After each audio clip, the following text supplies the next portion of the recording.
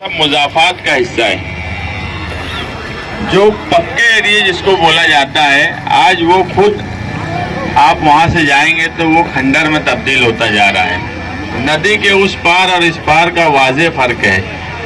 फिर भी हमसे और हमारे साथ निहाल साहब के नज़रिए के साथ रहने वाले लोग जो भी अवामी खिदमत कर सकते हैं वो मुसलसल करते रहते हैं, क्योंकि हमने हमेशा ये बात माना है कि सियासत अवामी खिदमत का एक बड़ा प्लेटफॉर्म है और यहाँ से लोगों के कामकाज होना चाहिए, ज़रूरतमंदों के कामकाज होना चाहिए।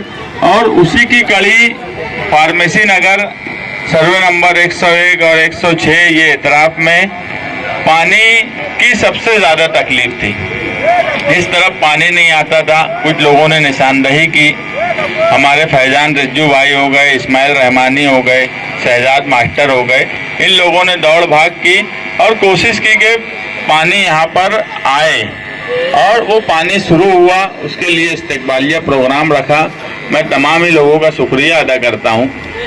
मगर मुझे अभी बहुत से लोग होटल पे बैठा था तो बोल रहे थे कि आज के हमारे आमदार 366 करोड़ का काम साल भर में करे हैं, ऐसा उनका बोलना है। अब ऐसा अगर ये इतना फंड लाए हैं तो शहर का नक्शा बदल जाना चाहिए था। उस मामले में मैं भी वक्त का इंतजार कर रहा हूँ। मुझसे भी बहुत से मीडिया के नुमाइंदे उस सवाल पर पूछ रहे हैं कि हमारा मौक़िफ़ क्या है।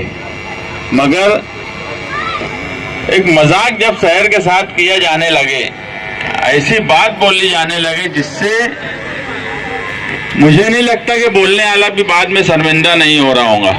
सुनने वाले तो सब शर्मिंदा है, पूरा शहर शर्मिंदा है और मुझे यकीन है कि बोलने वाला भी शर्मिंदा ही होगा उस बात को लेकर।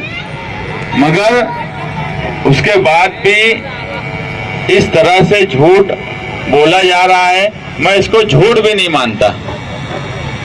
एक ऐसा आदमी जो शहर के हालात को देखते हुए, पूरा शहर जो है देख रहा है कि शहर के क्या हालात हैं, तरक्की के नाम पर क्या हो रहा है, कामकाज के नाम पर क्या हो रहा है, लोगों की परेशानियां क्या है, ये तो सब महसूस कर रहे हैं।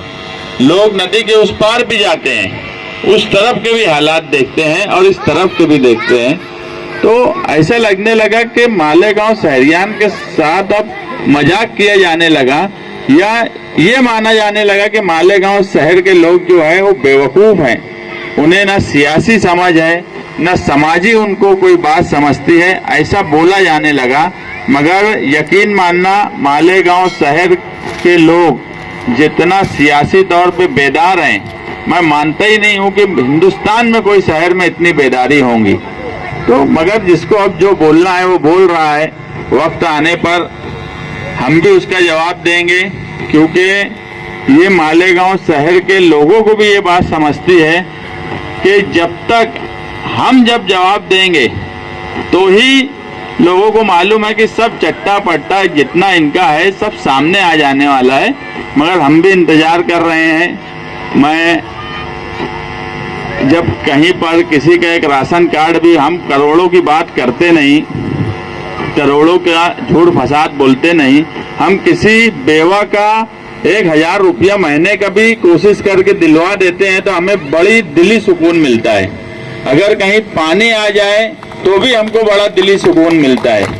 हम किसी के पुलिस स्टेशन का किसी का मामला हल कर दें, किसी की गली में अगर कोशिश करके कोई मामूली रोड का काम या गटर का काम या पानी निकासी का काम, हम ये छोटा काम भी करते हैं तो हमें बड़ी दिली सुकून मिलता है, बड़ा दिल का सुकून मिलता है कि यार हम जिस फील्ड में हैं उस फील्ड में हम हमारी ईमानदारी से कोशिश कर रहे हैं और हम हमारे आसपास रहने वाले लोगों को भी यही बोलते हैं कि अवामी काम का छोटा हो कि बड़ा हो, ऐसा नहीं कि बड़ा काम ही अवामी खिदमत है, छोटे छोटे काम ही सच में अवामी खिदमत के काम है और वो करते रहना चाहिए।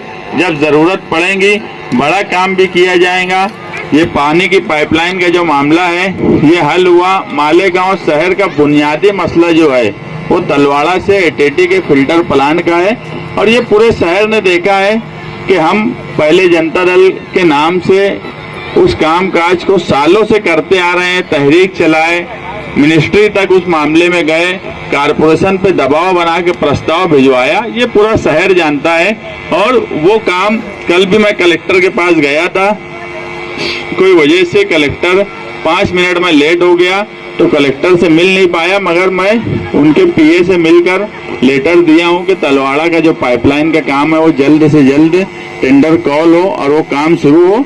वो सच में वो बहुत अहम काम है और उसके लिए हमने जो कोशिश की है, मुझे नहीं लगता कि बताने की जरूरत है, ये सारा शहर जानता है कि तलवाड़ा डैम की हिफाजत से लेकर उसके पाइपलाइन तक का सारा काम हमारी कोशिश से ही हुआ है। और आज भी अगर तलवाड़ा बचा हुआ है तो वो सिर्फ और सिर्फ निहाली सोच रखने वालों की वजह से बचा है। मैं यहाँ आए हुए तमाम ही लोगों का शुक्रिया अदा करता हूँ और आप लोगों ने मुझे यहाँ बुलाया, मेरा इस्तकबाल किया,